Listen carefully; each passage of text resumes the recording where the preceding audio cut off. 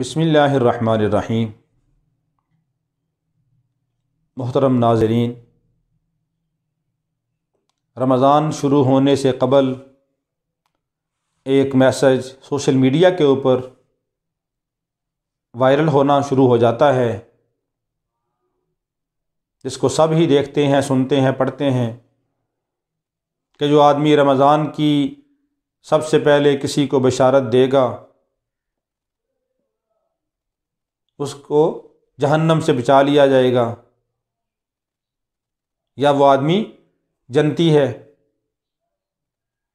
اور اس کو منسوب کیا جاتا ہے کہ رسول پاک صلی اللہ علیہ وسلم نے فرمایا، نعوذ باللہ من ذالک۔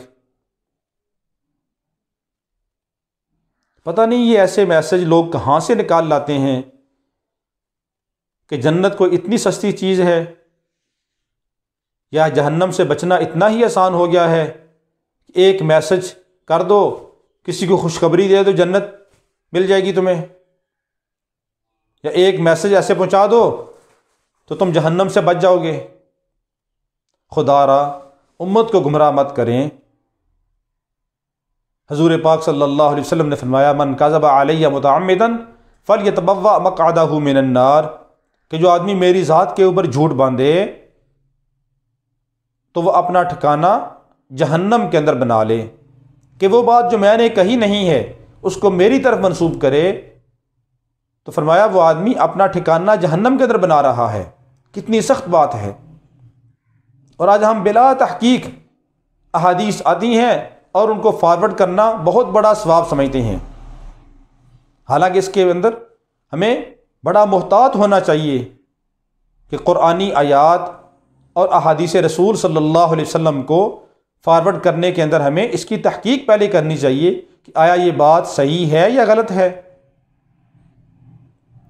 کسی نے اپنی طرف سے کوئی کمی زیادتی کر کے تو مجھے نہیں بھیجی، تو بلا تحقیق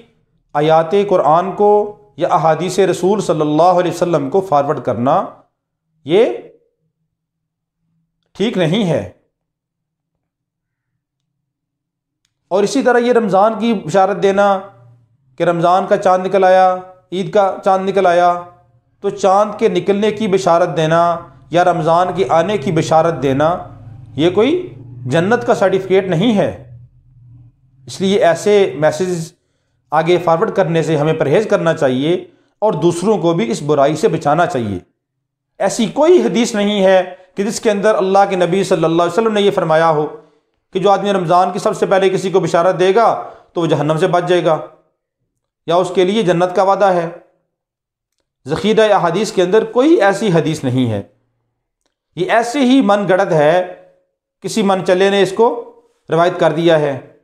اور ہم بلا تحقیق اس کو آگے پھیلانا شروع کر دیتے ہیں۔ تو اس سے اجتناب کرنا چاہیے اور دوسروں کو بھی اس سے بچانا چاہیے۔